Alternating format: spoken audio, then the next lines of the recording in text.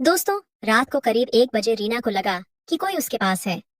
उसने आंख खोली तो देखा कि एक आदमी हट्टा कट्टा बिना कपड़ों के उसके बिस्तर पर था।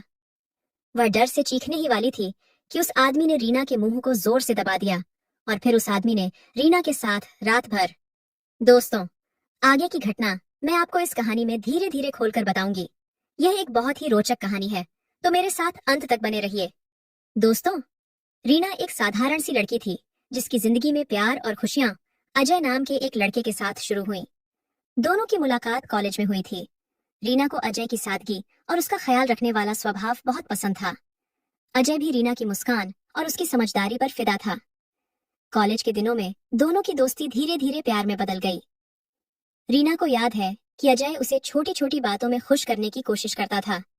कभी क्लास के बाद चाय पिलाने ले जाता, तो कभी उसे अपनी किताबें देता ताकि वह अच्छे से पढ़ सके। कॉलेज खत्म होने के बाद दोनों ने अपने परिवार को मनाया और लव मैरिज कर ली। शादी के बाद उनकी जिंदगी एक खूबसूरत सपने की तरह थी। अजय एक अच्छे परिवार से था और रीना भी एक सम्मानित घर की बेटी थी। दोनों ने मिलकर एक छोटा सा घर बनाया जहां हर कोने में उनकी खुशियों की छाप थी। सुबह अजय रीना के लिए चाय बनाता और शाम को दोनों साथ में मंदिर जाते। रीना को अजय की हर बात अच्छी लगती थी।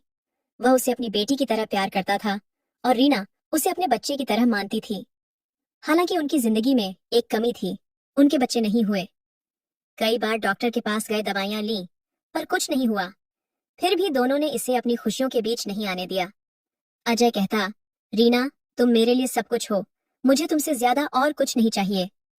रीना भी हंसकर कहती, और मुझे तुमसे ज्यादा कोई चाहिए भी नहीं। इस तरह उनकी जिंदगी शांत और रोमांटिक तरीके से चलती रही। उनके बीच कभी झगड़ा नहीं हुआ, क्योंकि अजय हमेशा रीना का ख्याल रखता था। लेकिन एक दिन सब कुछ बदल गया। अजय को अचानक दिल का दौरा पड़ा और वह इस दुनिया को छोड़कर चला गया। रीना उस वक्त सिर्फ 28 साल की थी। उसकी दुनिया अंधेरे में डूब गई।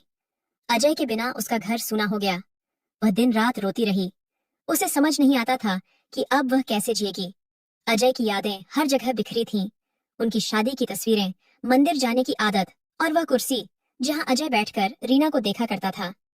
रीना ने तय किया कि वह दोबारा शादी नहीं करेगी। उसे लगता था कि अजय जैसा इंसान उसे दोबारा नहीं मिलेगा। वह कहती, अजय मेरे लिए परफेक्ट थे, कोई उनकी जगह नहीं ले सकता। उसके परिवार ने उसे समझाया कि वह जवान है, उसे अपनी जिंदगी आगे बढ़ानी चाहिए, पर रीना नहीं मानी। उसने कहा, मैं अजय की यादों के साथ जीना चाहती हूँ, मुझे किसी और की जरूरत नहीं। रीना अपने घर में अकेली रहने लगी। वह स्कूल में टीचर थी, इसलिए सुबह स्कूल जाती और शाम को घर लौट आती। घर में सिर्फ एक नौकरानी लक्ष्मी आती थी, जो घर के काम में उसकी मदद करती थी। रात को रीना अजय की यादों में डूब जाती। वह उसी तरह मंदिर जाती, पूजा करती और अजय के साथ बिताए पलों को जिंदा रखती। साल बीत गए, पर रीना ने अपनी जिंदगी में किसी और को जगह नहीं दी। रीना की जिंदगी में अजय के जाने के बाद एक नई मुसीबत शुरू हुई, समाज की गलत नजरें। वह अकेली थी, जवान थी और खूबसूरत थी। मोहल्ले के लोग उसे देखते और गलत बातें करते। स्कूल में भी कुछ पुरुष टीचर और स्टाफ उसे परेशान करते। कोई उससे दोस्ती करने की कोशिश करता, तो कोई रास्ते में टिप्पणी करता। रीना को यह सब बहुत बुरा लगता था। उसे समझ नहीं आता था कि लोग उसे क्यों तंग करते हैं, जबकि सबको पता था कि वह अपने पति की यादों के साथ जी रही है। उसके अपने रिश्तेदार भी कहते, रीना, तू अभी जवान है, दोबारा शादी कर ले, अकेली लड़की को लोग परेशान करते हैं।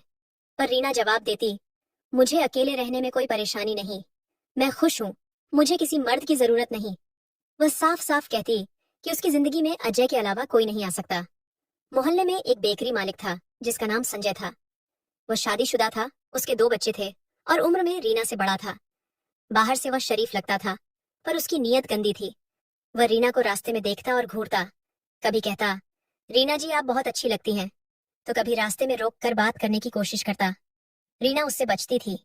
वह उसकी बातों का जवाब नहीं देती और चुपचाप चली जाती। एक बार संजय ने उसे रास्ते में रोक लिया।